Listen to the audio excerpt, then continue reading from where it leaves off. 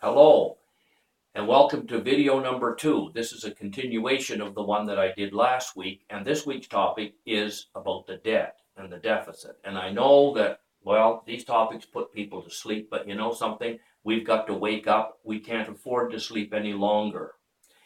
Now, why is it that Save NB Now is so concerned about these things? Well, I'll tell you. It's about a sense of responsibility.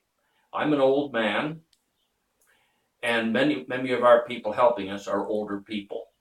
And you know, we grew up in the best of times. I was a little boy in the 1950s, and the whole province was booming in the 1950s and 60s. People had jobs, everything was great. And then it all blew to pieces. So we have a sense of responsibility because we're leaving you younger people in a terrible mess. Now, how big a mess? Well, let's take a look at it here. The New Brunswick debt is now $14 billion and growing by $1.6 million a day. And the interest on that debt right now is around $700 million.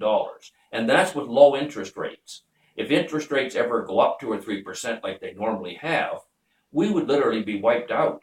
$700 million every year being given away to people that we borrowed the money from. That's money that we can't use on health care, we can't help you at university, we can't build roads. It's just out the window. So it's serious, and we're concerned. Now, okay, we talk about these old people. Well, guess what? In 1975, 1 out of 9 New Brunswickers were 65. Then, by 2015, 1 out of every 6 New Brunswickers were age 65 or older. And by 2036, which is not that far away, folks, 1 out of every 3 New Brunswickers is going to be an old person. Now, don't for a minute think that you can have 2 people working for every person in retirement, because it's not going to work. Or excuse me, 3 in 1. It won't work, okay? So get over it. It's just not going to happen. So we have to do something, and we have to do something now. For example, to make matters worse, I'm 68, so that means if I live in 7 years, I'll be 75. That's when people start really using the healthcare system, like big time, okay?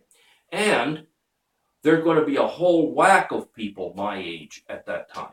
They're expecting like a humongous draw on the healthcare system. Like right now, we're putting $2 out of every $5 the government takes in goes to healthcare. But that's increasing by about 5% a year. Now, I know they've tried to fudge the figures, but the fact remains it's about 5% a year. So that means that in about 10 years, even without this great big influx of us old people, you're going to be looking at about 3 out of every $5 going to healthcare.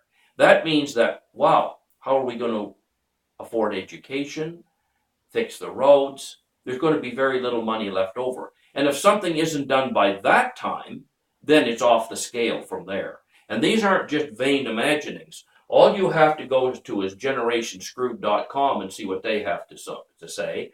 Go to the Ames or read the book by Richard Salon, Over the Cliff. I think I mentioned that in my last video. They'll tell you the same thing. Like, it's really serious.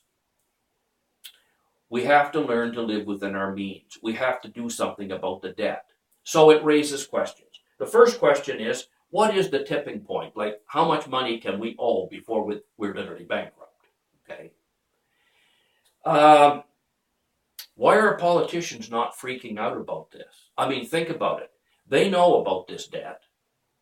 They know that, for example, 38 cents of every dollar coming into New Brunswick comes from the richer provinces in Canada who now have their own financial problems. So how long before we don't get that money? Like, why aren't they freaking out?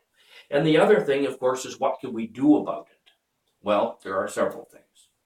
But we're going to address these in another video. I want to keep this video short. I'm not doing this to alarm you. I'm doing it out of a grave sense of concern, and I express the concern of many others. Like, we feel badly about leaving the province in such a horrible mess.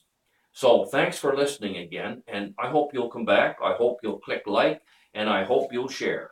Thanks.